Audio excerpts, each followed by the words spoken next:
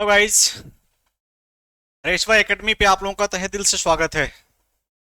समय बहुत कम बचा हुआ है। अपने एग्जाम को आप लोग बहुत सीरियसली लीजिए और अपने पढ़ाई को तन मन धन तीनों से एकदम स्टार्ट कर दीजिए। स्टार्ट मत कर दीजिए, अब रन करा दीजिए। ओके, क्या पढ़ा रहे थे आपको? हम पढ़ा रहे थे एसी सिस्टम।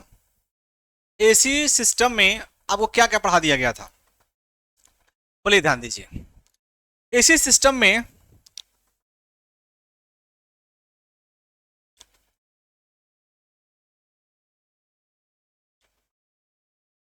सबसे पहले मैंने आपको बता दिया था कि एसी उत्पन्न कैसे होता है। देखिए, इसमें आपको बताया गया था कि एसी उत्पन्न कैसे होता है, ठीक।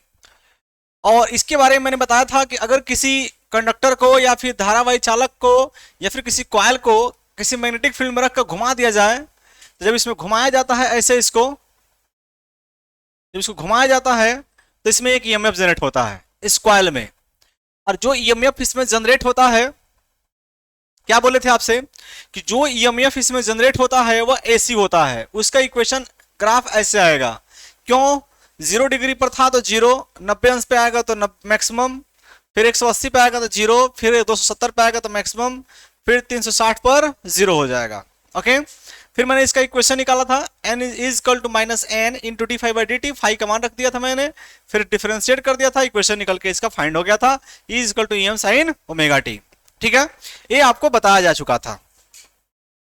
फिर मैंने आपको क्या बताया था, कुछ महत्वपूर्ण डिफिनीशंस इसके लिए, जो आपके जो E is equal to e m sine omega t आया हुआ था, इसके लिए कुछ आपको डिफिनीशन बताया गया था। अब डिफिनीशन में क्या बताया गया था? सबसे पहले बताए थे एम्पलीट्यूड क्या होता है, ठीक है। एम्पलीट्यूड मतलब आयाम क्या होता है, आवृत्ति क्या होती है, आवर्तकाल क्या होता है, औसत मान क्या होता है, इतना बताया जा चुका था। तो आयाम किसको बोलते हैं? जो इसकी मैक्सिमम वैल्यू होती है उसको आयाम बोलते हैं, ठीक है। आयाम इसमें कौन सा होगा? ईएम। जो ये वैल्यू आपको दिखाई देती है यहाँ पर, वही आपका एम्पलीट्यूड होता है, आयाम होता है, ठीक। फिर मैंने क्या कहा था, कोई आयाम का मात्रा क्या होगा, कुछ भी हो सकता है, वो डिपेंड करता है कि हमारी राशि कौन सी है। ओके, साथ में ये भी बताया गया था कि आयाम की वैल्यू कितनी होती है, याद कीजिए। इसके लिए एक फॉर्मूला हम निकाले थे भाई, क्या बोले थे, चाल बराबर दूरी बटा समय। तो कितना दूरी तय करेगा एक चक्कर में? 2 पाई। और टाइम कितना लगेगा? टी। तो टी को इधर लाएंगे तो टी बाई इजिकल टू 2 पाई बटा ओमेगा। ये भी आपको पढ़ाया जा चुका था। फिर मैंने पढ़ा था आवृत्ति। आवृत्ति क्या होती है? तो प्रति सेकंड चक्रों की संख्या, एक सेकंड में जितना चक्कर लगाएगा वही चक्रों की संख्या होती है आवृत्ति। ओके, मैंने बताया था आपसे, लिखा भी हो गया। फिर टी टाइम में एक चक्कर लगा रहा था, तो एक चक्कर लगाने में, अच्छा, एक सेकंड में कितना चक्कर लगाएगा? 1/t। तो एफ इजिकल टू 1/t भी होता है, या फिर उसको करेंगे तो ओमेगा बाई 2 पाई भी आ जाएगा। या फिर एक और फॉर्मूला एक्स्ट्रा बताए थे, पी एन बटा 120। ये यहाँ का नहीं है, ये आप सेकेंडरी से ले लेंगे, कोई दिक्कत नहीं, यहाँ छोड़िए। फिर मैंने क्या बताया था, याद कीजिए। फिर मैंने बताया था इंस्टेंटेनियस वैल्यू। तो इंस्टेंटेनियस वैल्यू किसको कहा था? हमने ये कहा था कि किसी निश्चित समय पर जो लिया गया वैल्यू होती है वही आपका कौन सी वैल्यू होती है? इंस्टेंटेनियस वैल्यू होती है। ओके, पढ़ा दिए थे। फिर मैंने क्या पढ़ा दिया था आपको? औसत मान, एवरेज वैल्यू। तो एवरेज वैल्यू किसको कहते हैं बाबू? एवरेज वैल्यू में क्या पढ़ाया गया था? तो वही इंस्टेंटेनियस वैल्यू का जो माध्य होता है उसी को हम एवरेज वैल्यू कहते हैं। कैसे निकालेंगे? तो इस फॉर्मूले से निकाल सकते हैं, वी एवरेज इक्वल टू, या फिर एक वैकल्पिक विधि है तो उसको सॉल्व करेंगे तो आपका एवरेज वैल्यू की वैल्यू कितनी आएगा? 2 वी एम बाई पाई। तो ये आपका एवरेज वैल्यू की वैल्यू आएगी 2 वी एम बाई पाई। इतना पढ़ा दिए थे। ओके, आज हम चलेंगे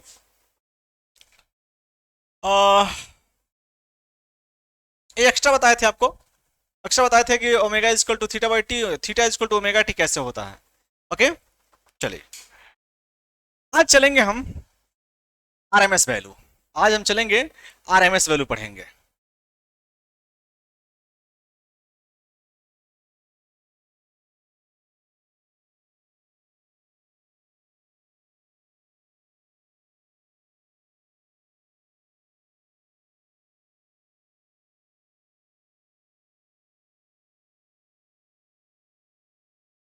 ठीक है बाबू, चलो देखो, आज हम चलेंगे आर एम यस वैल्यू। तो देखो, हिंदी में बोलेंगे इसको वर्ग माध्य, वर्ग माध्य, वर्ग माध्य मूल, वर्ग माध्य मूल मान। वेरी वेरी इंपॉर्टेंट है, ये बहुत ज्यादा पूछता है कि आरएमएस वैल्यू क्या होती है, क्या डिफिनीशन होगा इसका। इंग्लिश में क्या बोलते हैं, रूट, इंग्लिश में बोलते हैं root mean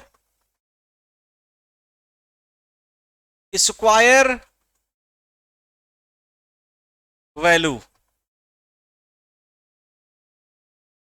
root mean square value, वर्ग माध्य मूल मान क्या होता है, आइए इसके बारे में चर्चा करते हैं। ठीक है, इंपॉर्टेंट टॉपिक रहेगा ये भी आज के लिए, बहुत ज्यादा इंपॉर्टेंट रहेगा, बहुत ज्यादा पूछता है ये। वर्ग माध्य मूल मान क्या होता है, जरा इसके बारे में हम चर्चा करेंगे, जरा ध्यान दीजिएगा। देखिए, जो हम ऐसे ग्राफ बनाए थे, जरा याद कीजिए,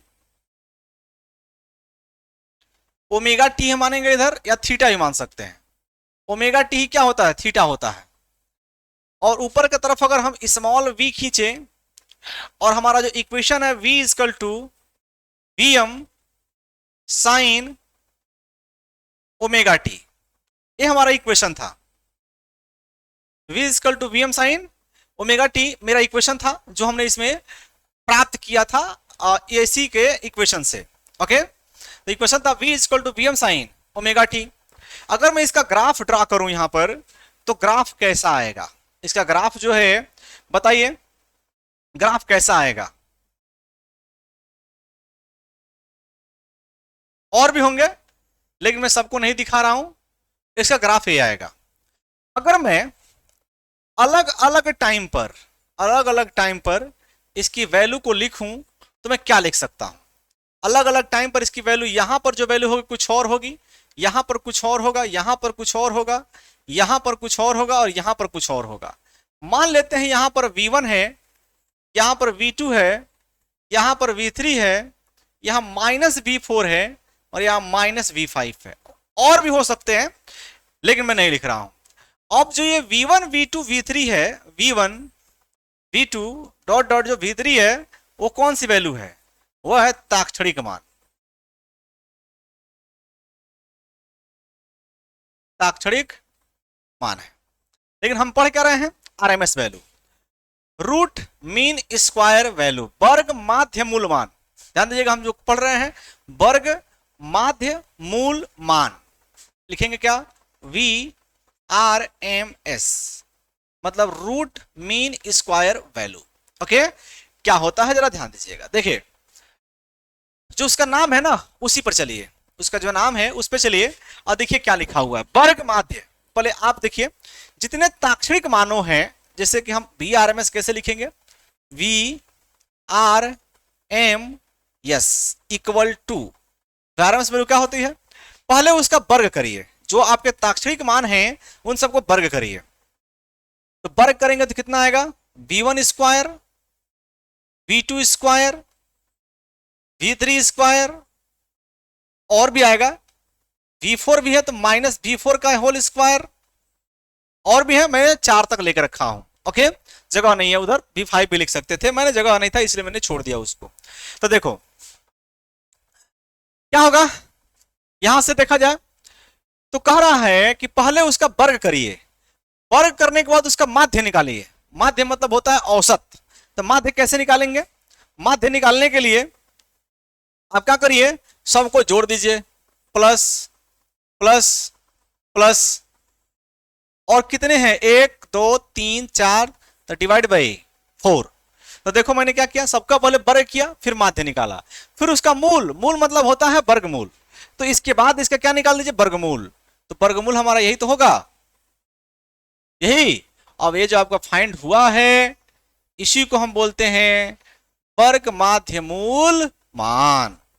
ओके, तो डिफाइन कैसे करेंगे आरएमएस वैल्यू को, तो देखो डिफाइन कैसे करेंगे, ताक्षणिक मानों के वर्गों का औसत का वर्गमूल ही वर्ग माध्य मूल का मान कहलाता है। तो उसी चीज को यहां पर लिखा जाएगा, कैसे लिखा जाएगा, आइए देखते हैं। देखिए लिखेंगे कैसे, लिखेंगे ताक्षणिक मानों का, कौन सा मान बाबू, ताक्षणिक,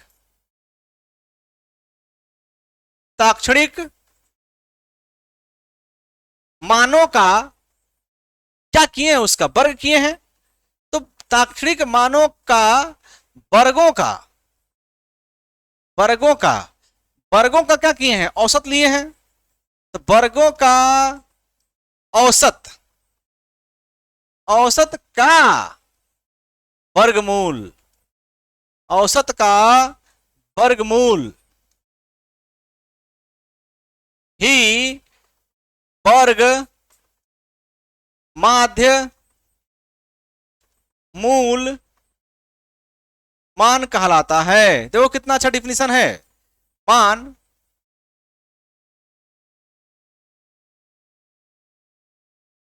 कहलाता है। तो आरएमएस वैल्यू कैसे डिफाइन करेंगे, कैसे डिफाइन करेंगे भाई, ताक्षणिक मानों का वर्गों का औसत का वर्गमूल ही क्या कहलाता है, ताक्षणिक मान, ओ आरएमएस वैल्यू कहलाता है। याद रखिएगा इंस्टेंटेनियस वैल्यू के वर्गों का लेना है, ये रहता है आपका RMS value, root mean square value. ठीक, तो अगर एग्जाम में आएगा 1 नंबर में तो ऐसे लिखेंगे, और वही 5 नंबर में आए, 3 नंबर में आए तो कैसे लिखेंगे। तो इतना लिखने के बाद लिखेंगे यहां पर 5 नंबर में क्वेश्चन आएगा तो लिखेंगे वैकल्पिक विधि। अगर इसका एक वैकल्पिक विधि निकाला जाए तब इसकी वैल्यू कितनी आती है। देखो अगर 1 नंबर में आता है तो इतना तक लिखेंगे, लेकिन 5 नंबर में यही क्वेश्चन आ गया तो देखो एक और इसमें थोड़ा सा बढ़ा लेंगे, हम चलेंगे कौन से मेथड पे, वैकल्पिक विधि पर। ओके, एक विधि है, मेथड है, उसके द्वारा हम निकालेंगे आरएमएस वैल्यू कितना होता है। तो ध्यान देना, जैसे हमारा जो इक्वेशन है v इक्वल टू वो कितना है, Vm sign omega T, equation number first. और जो हमारा ग्राफ है, जो ग्राफ है जरा उसके बारे में बात किया जाए तो इधर थीटा मान लो चाहे ओमेगा टी मान लो, ऊपर v है और ये हमारा ग्राफ बनेगा, इसका ये ग्राफ बनेगा, ये है 0 और ये है पाई। तो मैं सिर्फ 0 से कहां तक चलूंगा, अभी पाई तक की बात करूंगा, मैं ज्यादा नहीं, मैं सिर्फ 0 से पाई तक की बात कर रहा हूं। मैं एक छोटा सा इसमें पार्ट लूंगा, छोटा सा पार्ट लेंगे और उसको हम इंटीग्रेट कर देंगे और टोटल का आरएमएस निकल जाएगा। तो आरएमएस इक्वल टू होता क्या है देखिए पहले, तो यहां पर लिखेंगे हम v r m s equal to, ध्यान दीजिएगा, v r m s equal to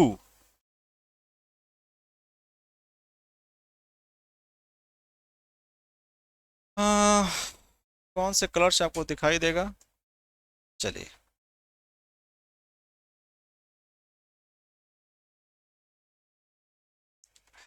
देखिए। तो हम करेंगे क्या कि सबसे पहले देखिए आरएमएस निकालने के लिए हम क्या करेंगे, पहले वर्ग करिए फिर माध्य करिए फिर मूल निकालिए, ठीक है। तो पहले हम वर्ग कर देंगे, तो हम इस पूरे राशि का, इसका जो हमारा राशि है ना, ये मेन राशि है, इसी का तो आरएमएस निकालना है, तो इसका हम क्या कर देंगे, पहले वर्ग कर देंगे। वर्ग करने के बाद हम क्या करेंगे, इनका औसत लेंगे। तो कहां निकाल रहे हैं, 0 से पाई तक, तो कितना लिखेंगे, पाई माइनस 0, औसत निकल गया, वर्ग का औसत निकल गया। उसके बाद कह रहा है कि इसको इंटीग्रेट कर दीजिए, कहां से कहां तक इंटीग्रेट करेंगे, 0 से पाई तक। तो 0 से पाई करेंगे तो पूरे का औसत निकल जाएगा।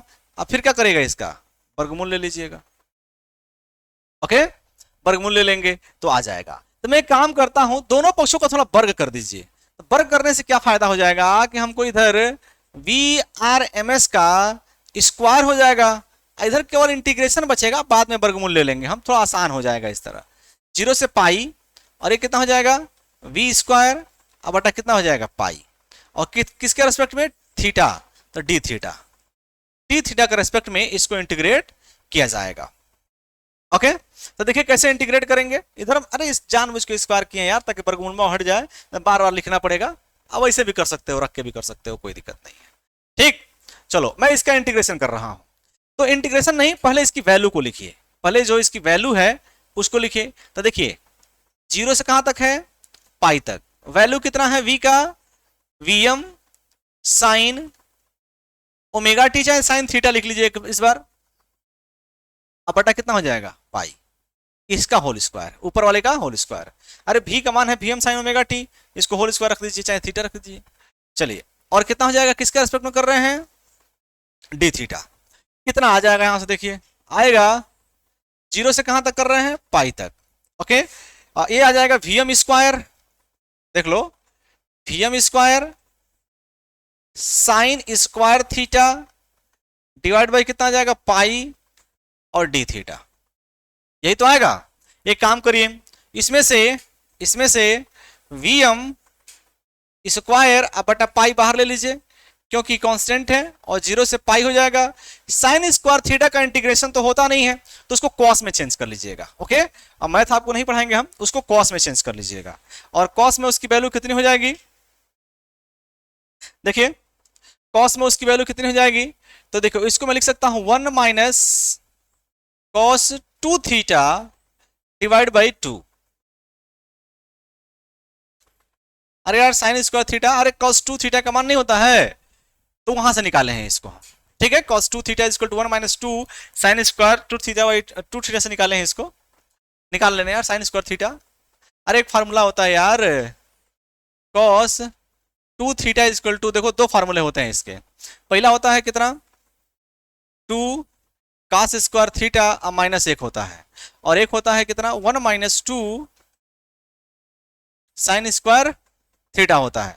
एक काम करो, इस फार्मूले को, इसको और इसको लेके चलो, यहां से क्या निकालोगे, साइन स्क्वायर थीटा निकालना है तुमको, तो कितना हो जाएगा 1 माइनस कॉस 2 थीटा, अरे इसको उधर लेके चले गए, इसको उधर लेके आए, कितना हो जाएगा 2 साइन स्क्वायर थीटा, यहां से कितना आ जाएगा बाबू, साइन स्क्वायर थीटा का मान 1 minus cos 2 theta divide by 2, तो वही यहाँ पर लिख दिए हैं क्योंकि इसका इंटीग्रेशन हो सकता है साइन स्क्वायर का नहीं था, और यहाँ पे क्या हो जाएगा डी थीटा। मैं इसको मिटा दे रहा हूँ, ये वाला चीज ये बस नॉलेज के लिए बताए थे, जगह नहीं था हमारे पास, इसलिए इसको मिटाया जाएगा। कुछ लोगों को माइंड में आएगा सर जी डिजिटल बोर्ड पे भी जगह नहीं मिल पा रहा है क्या, कोई बात नहीं, याद देखो। चलो इसको एक काम करो, इसका इंटीग्रेशन करो, इंटीग्रेशन जब करोगे तो आएगा वीएम स्क्वायर, अब बाई आ जाएगा पाई, ये 2 पाई कर लो, 2 को ही मैंने बाहर ले लिया, तो 1 का इंटीग्रेशन कितना होता है, 1 का इंटीग्रेशन थीटा, थीटा का रेस्पेक्ट में है, अब कॉस का होता है कितना इंटीग्रेशन साइन 2 थीटा और डिवाइड बाई कितना हो जाएगा 2, कॉस का डिफरेंशिएशन माइनस में होता है, इंटीग्रेशन नहीं, ठीक है। और ये कहां से कहां तक करेंगे, जीरो से कहां तक बचेगा अभी, पाई। अब हम लिमिट इसमें पुटअप करेंगे तो कितना हो जाएगा वीएम स्क्वायर, पाई हो जाएगा 2 पाई, अब इसमें लिमिट भर दो, पहले अपर लिमिट भरेंगे फिर लोअर लिमिट भरेंगे, मैथ पढ़े ना, upper limit minus lower limit. अब उसमें क्या भरिए, लिमिट भरिए, तो लिमिट कैसे भरेंगे, देखो पहले पाई भरेंगे, कितना आ जाएगा, इसका मान हो जाएगा पाई माइनस, इसमें कितना हो जाएगा sine 2 pi divide by 2, upper limit हो गया, अब फिर माइनस लोअर लिमिट क्या भरेंगे, पहले 0 अब माइनस, कितना माइनस माइनस प्लस हो जाएगा, साइन 2 इंटू 0 0 हो जाएगा, अब बटा हो जाएगा 2, ये आएगा, कितना आ जाएगा देख लो यहां से, अगर मैं इसको सॉल्व करूं तो आ जाएगा वीएम स्क्वायर, पाई आ जाएगा 2 पाई, देखो ये हो जाएगा पाई, क्या जाएगा पाई आ माइनस साइन 2 पाई मतलब 360, साइन 360 की वैल्यू कितनी होती है, 0 होता है, ठीक है, इसका वैल्यू तो 0 होगा ही। अरे यार जानते नहीं हो साइन 360, देखो ऐसे, यही तो 360 होता है, 0 नहीं होगा, साइन 360 का मान 0 होगा, यहां मिलता है वो। ओके चलो एक काम करो, इसमें से इस काम करो, देखो ये पाई से पाई कट जाएंगे, इस पाई से पाई को काट दो, बचेगा कितना वीएम बाई 2, किसका मान है ये, वी आर एम एस का होल स्क्वायर, तो वी आर एम एस कितना आ जाएगा, वी आर एम एस का मान हो जाएगा वीएम स्क्वायर बाई 2 का वर्गमूल, या फिर v r m s equal to ऊपर हो जाएगा केवल वीएम और नीचे हो जाएगा √2, नीचे क्या आ जाएगा √2, देखो यहां पर, अरे सही लिखे थे, थोड़ा सा इधर उधर हो गया था, तो लड़के कहीं क्या लिखा गया है वीएम और डिवाइड बाई कितना हो जाएगा, रूट 2। तो हो जाएगा कौन सी वैल्यू, VRMS की। तो इतना प्रूव करना पड़ेगा तुमको। एग्जाम में पूछेगा वैकल्पिक विधि बताइए, तो वैकल्पिक विधि से ऐसे आपको सॉल्व करना पड़ेगा, तब जाकर उसकी आरएमएस वैल्यू निकलेगी। तो आरएमएस वैल्यू कितनी आती है, VM बाई रूट 2 आता है, इतना याद रखेंगे। ओके हाँ चलो एक बात देख लो, V स्क्वायर करेंगे, पहले वर्ग करेंगे, फिर उसका औसत लेंगे, और फिर 0 से पाई इंटीग्रेट करके तब वर्गमूल निकाल देंगे, टोटल का आरएमएस निकल जाएगा। ठीक, साइन स्क्वायर थीटा आएगा, साइन स्क्वायर थीटा का इंटीग्रेशन नहीं होता है तो उसको कॉस में चेंज कर लेंगे हम, 1 माइनस 2 कॉस थीटा से। ठीक है, अब फिर उसको इंटीग्रेट कर देंगे, इंटीग्रेट करने के बाद कितना आएगा, VRMS का मान VM बाई रूट 2। ओके चलो, एग्जाम में आता है ये, 5 नंबर में आएगा, तो वहां तक आप प्रूव करेंगे इसको।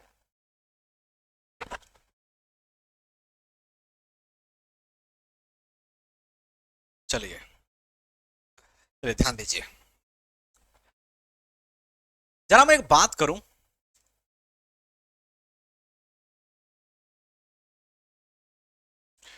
अगर मैं बात करूं कि हमारे पास ओमेगा टी के रेस्पेक्ट में चाहे थीटा के रेस्पेक्ट में, यहां पर मैंने एक ग्राफ दिखा रखा है।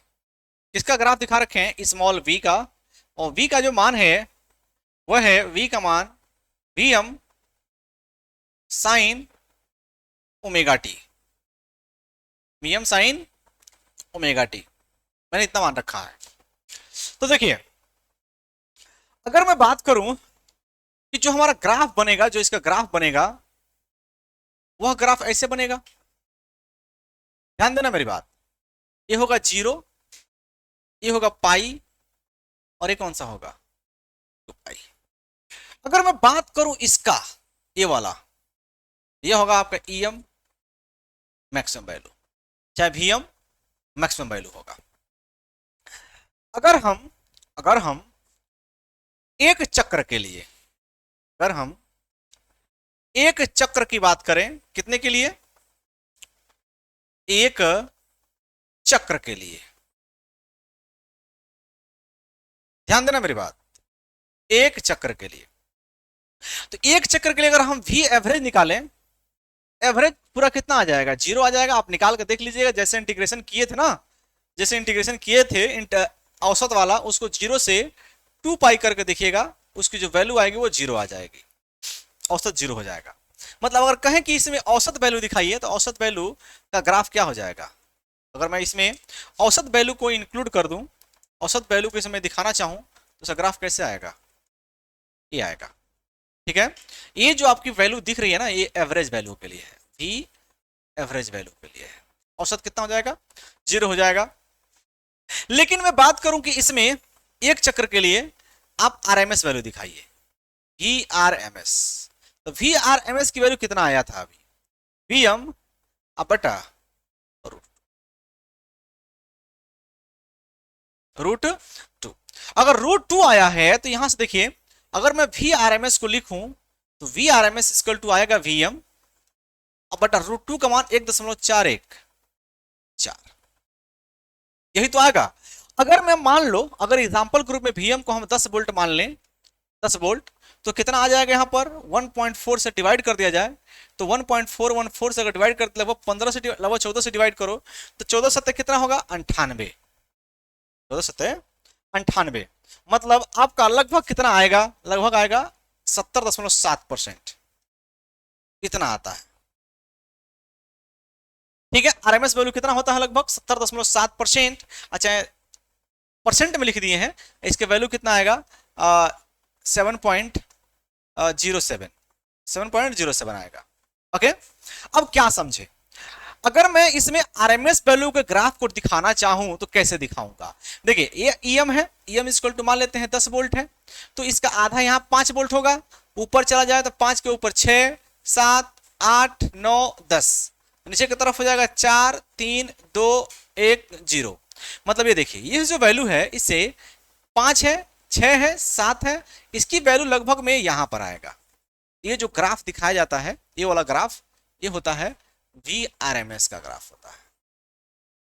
मतलब जो RMS की वैल्यू है वो आधे से थोड़ा ज्यादा हमेशा प्राप्त होता है, आधे से थोड़ा क्या ज्यादा मिलेगा, ज्यादा प्राप्त होगा। ओके, अब आप कहेंगे सर जी ये सब क्यों बता रहे हैं हमको कि RMS वैल्यू आधे से ज्यादा मिलेगा। अब तुम कहोगे सर जी आप हमको RMS क्यों बता रहे हैं कि RMS आधे से ज्यादा मिलेगा। ठीक, आधे से ज्यादा मिलेगा लेकिन पूरा तो नहीं मिलेगा। कहने का मतलब ये है कि देखिए यहाँ पर अगर 10 वोल्ट हाईएस्ट है तो RMS कितना मिलेगा, 7 वोल्ट। आखिर मैं बता क्यों रहा हूं, इसलिए बता रहा हूं जैसे कि मान लीजिए जब आप घर में, जैसे घर में एग्जांपल यहां पर दे रहे हैं एक आपको, यहां पर हमारे घर में कोई लोड लगा है, हमारे घर में कोई ऐसे लोड लगा हुआ है। ओके, हमारे घर में यहां पर कोई लोड लगा हुआ है और आप यहां पर एक फ्यूज लगा रहे हैं, यह मान लीजिए फ्यूज है। सपोज दैट जो वोल्टेज का मान है, जो वोल्टेज का मान है वो हमारा 200 वोल्ट है। कितना वोल्ट, 200 वोल्ट। और जो इसमें रेजिस्टेंस लगाया गया है, रेजिस्टेंस सपोज दैट हमारा 50 ओम का है। एग्जांपल ग्रुप में कितना ओम का है, 50 ओम का। तो इसमें धारा कितनी आएगी, I इक्वल टू जो आएगा V बाई आर। फ्यूज का भी कुछ होगा उसको निगेट करिए।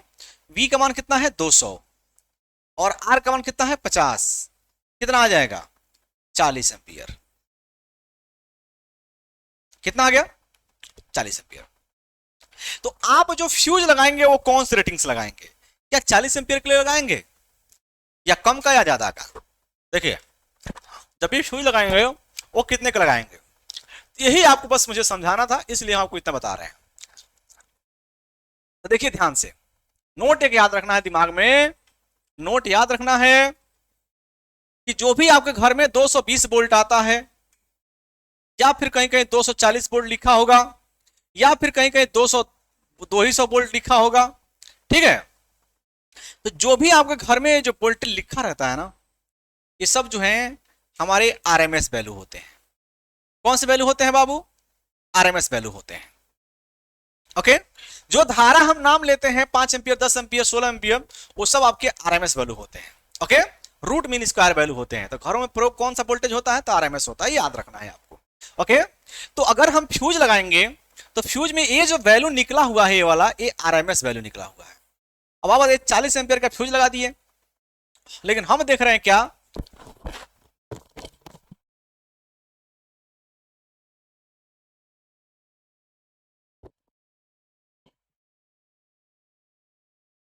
देखिए, लेकिन हम एक चीज देख रहे हैं क्या इसमें, कि आप इसमें जो धारा आया वो तो 40 एम्पियर आया, लेकिन जो 40 एम्पियर है वो कौन सी वैल्यू है, RMS।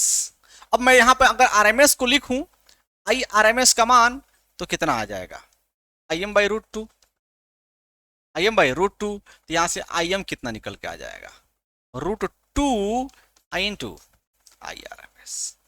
अब तुम बताओ IM में और IRMS में कौन ज्यादा होता है, IM ज्यादा होता है। ये बताओ कि तुम लगा दिए इतने एम्पियर का फ्यूज, लेकिन धारवा तो यहां तक जाएगा, तो तुम्हारा फ्यूज खराब नहीं हो जाएगा।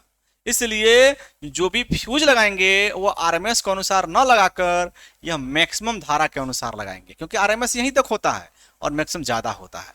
मैक्सिमम √2 ज्यादा होता है, जितना करंट निकालेंगे आप लोग फार्मूले से उतना में √2 का गुणा करा दीजिएगा, अब तब वहां फ्यूज लगाइएगा, उतने एम्पियर का फ्यूज। ओके, ये बात आपके माइंड में चलना चाहिए। तो आपको हम क्या बता दिए इतने चीज में, कि घर में जो वोल्टेज यूज होता है, जो भी यूज होता है करंट वोल्टेज, वो सब हमारे कौन सी वैल्यू होती है, RMS वैल्यू होते हैं। ओके, लेकिन जो फ्यूज लगाते हैं वो किसके अनुसार लगाएंगे, तो मैक्सिमम के अनुसार लगाएंगे। ओके, तो RMS खत्म हो गया, एवरेज खत्म हो गया, इन सब चीजों को आप लोग बिल्कुल याद रखेंगे। ओके, चलिए एक बार मैं फार्मूले को लिख दूं यहां पर, एक बार मैं यहां पर फार्मूले को लिख दूं कि क्या क्या चीजें आपको हम पढ़ाए हैं। ओके, देखिए दो फार्मूले हम लिखेंगे, एक आपको V एवरेज पढ़ाए हैं, V एवरेज।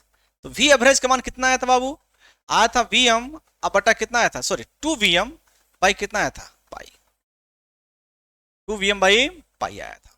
अगर मैं बात करूं RMS की वैल्यू कितना आया था, VRMS की वैल्यू, VRMS की वैल्यू कितना आया था, तो आया था VM अब आई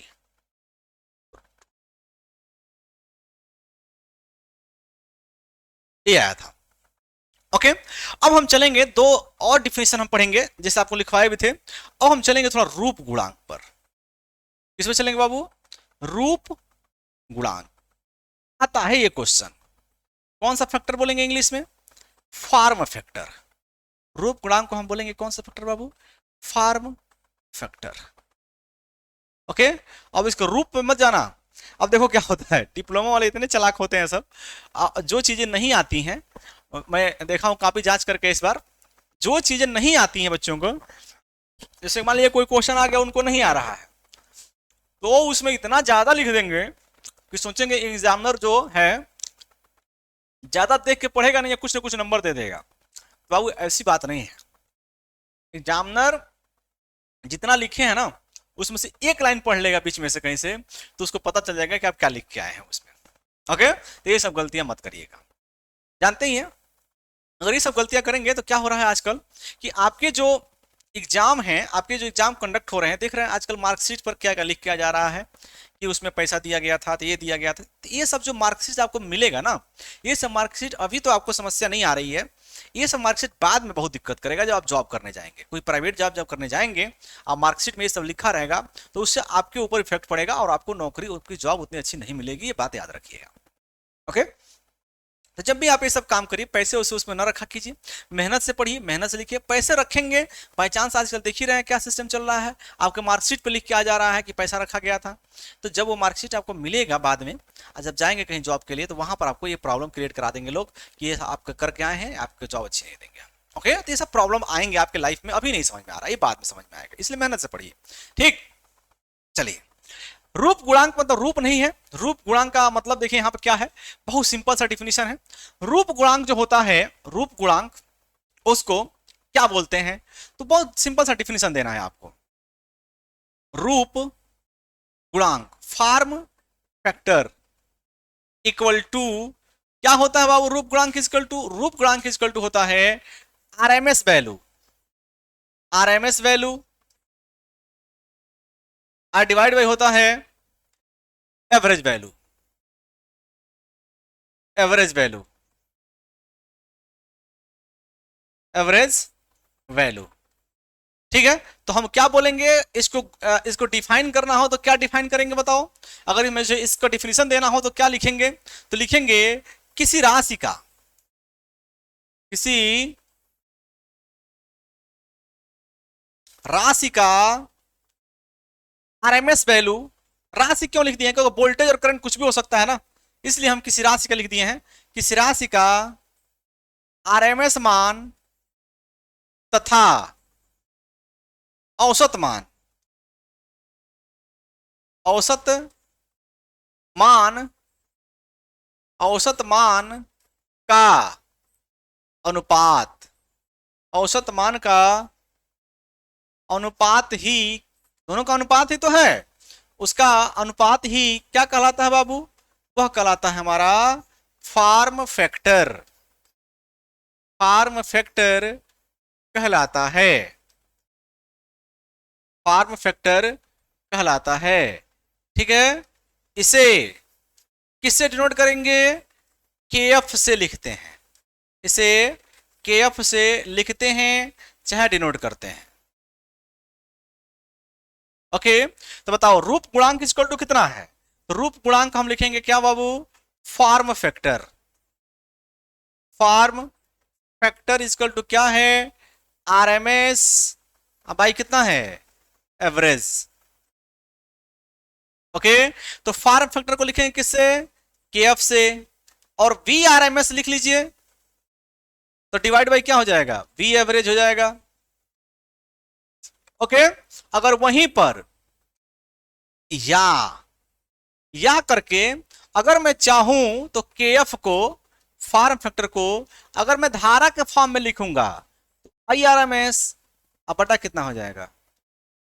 आई एवरेज। देखो दोनों में यही चीज है, आप वही, इसीलिए मैं राशि लिख दिया हूं, इसीलिए देखो मैं किसी राशि का लिख दिया हूं कि अगर तुम चाहो, अगर वोल्टेज के फॉर्म में लिखना चाहते हो तो वी आरएमएस बटा वी एवरेज, और करंट के फॉर्म लिखना चाहते हो आई आरएमएस बटा आई, लेकिन दोनों सेम रखना है। ठीक है, दोनों सेम रखना है और तभी उसका अनुपात लीजिएगा। आरएमएस और एवरेज का जो अनुपात होता है उसी को हम क्या बोलते हैं, फॉर्म फैक्टर कहते हैं। आइए इसकी वैल्यू देखते हैं कितना होता है। अगर मुझे इसकी वैल्यू निकालनी होगा तो वैल्यू कैसे निकालेंगे, तो देखो के एफ इजकल टू कितना है, फॉर्म फैक्टर इजकल टू कितना है बाबू, वी आर एम एस ही रख लो, क्या दिक्कत है, वी आर एम एस बटा कितना है, वी एवरेज है। Okay, v average.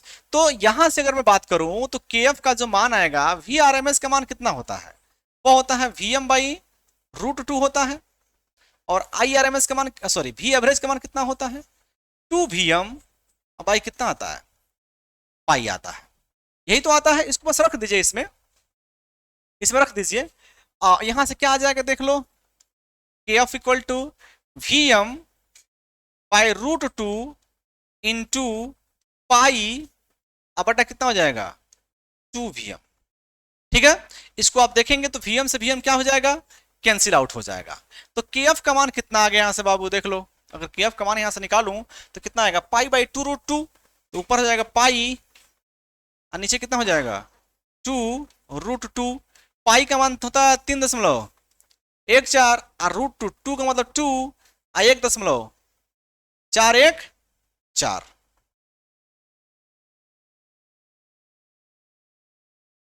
ओके, अब इसको डिवाइड कर दीजिए। जब डिवाइड करेंगे आपके एफ के वैल्यू के लिए तो कितना आ जाएगा, जब इसको सॉल्व करेंगे तो 3 आप सॉल्व कर लीजिएगा इसको। ठीक है, आप इसको जब सॉल्व करेंगे तो इसकी वैल्यू आएगी, वह आएगी 1.1, यह आएगा। ओके, अब देखो, अगर धारा को लेके भी सॉल्व करते, सपोज दैट हम धारा को लेके सॉल्व करते, धारा को लेकर अगर तुम धारा को लेके सॉल्व करते इसको, तो क्या दिक्कत है, धारा में भी तो वही होता, आईएम से आईएम कट जाता, सिर्फ यही बचता। इसका मतलब धारा और वोल्टेज से कोई मतलब नहीं है, किसी भी राशि को लेके चलेंगे तो यही आएगा। उसमें भी केएफ का मान कितना आएगा, 1.1, तो किसी को भी लेके चल सकते हैं आप लोग। तो इसमें कंफ्यूजन नहीं रहना है कि धारा को वोल्टेज को हम लेके चल रहे हैं, तो उसमें आप कंफ्यूजन मत रहिएगा। ओके, चलिए एक चीज और देखना है, क्या देखना है कि जो फॉर्म फैक्टर का मान है, एक नोट याद रखना है इसमें, देखिएगा ध्यान से, ये नोट क्या है पहले जान लीजिए। देखिए जो के एफ है वो के एफ इजकल टू है कितना, के एफ इजकल टू है वी आर एम एस, अब आई कितना है, वी एवरेज। तो ये बताओ दोनों का जो मात्रक होगा वोल्ट होगा, इसका भी, अरे वो भी वोल्टेज है और ये भी वोल्टेज है, तो दोनों का मात्रक वोल्ट होगा, दोनों कट जाएंगे तो मात्रक क्या आ जाएगा, एक। मतलब जो फॉर्म फैक्टर होता है, फॉर्म फैक्टर मतलब रूप गुणांक, क्या लिखना है आपको, रूप गुणांक, पहला है नोट, रूप गुणांक का मात्रक क्या होता है, चाहे रूप गुणांक का मात्रक यूनिट होता है। ठीक है, यूनिट मतलब एक होता है, चाहे आप ऐसे लिख सकते हैं, ऐसे इसको लिख लीजिए, ज्यादा सही रहेगा, नहीं तो बच्चे कंफ्यूजन में आते हैं। रूप गुणांक क्या लिखेंगे, रूप गुणांक मात्रक विहीन होता है, मात्रक विहीन होता है।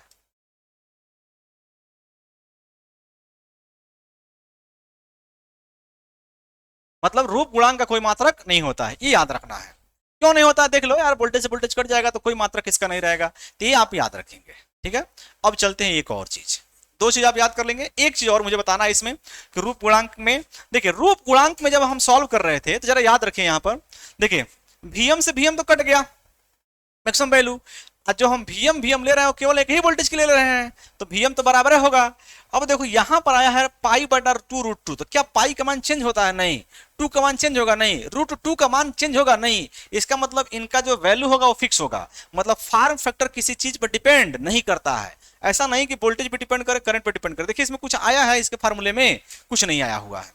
अगर कुछ नहीं आया हुआ है तो इसका मतलब क्या हुआ कि रूप गुणांक, अगर कुछ नहीं आया है तो इसका मतलब साफ साफ हुआ कि रूप गुणांक की मान चाहे की वैल्यू, रूप गुणांक की वैल्यू क्या होती है बाबू, फिक्स होती है, फिक्स्ड होती है।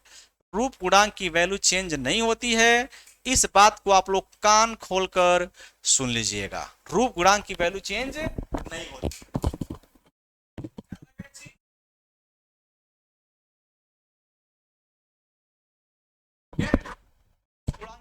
चेंज नहीं होगी, इस बात को आप लोग कान खोल के सुन लीजिएगा। ओके, चलिए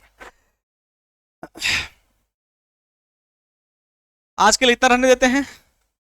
रूप गुणांक की वैल्यू फिक्स होती है, आज के लिए इतना रहने देते हैं।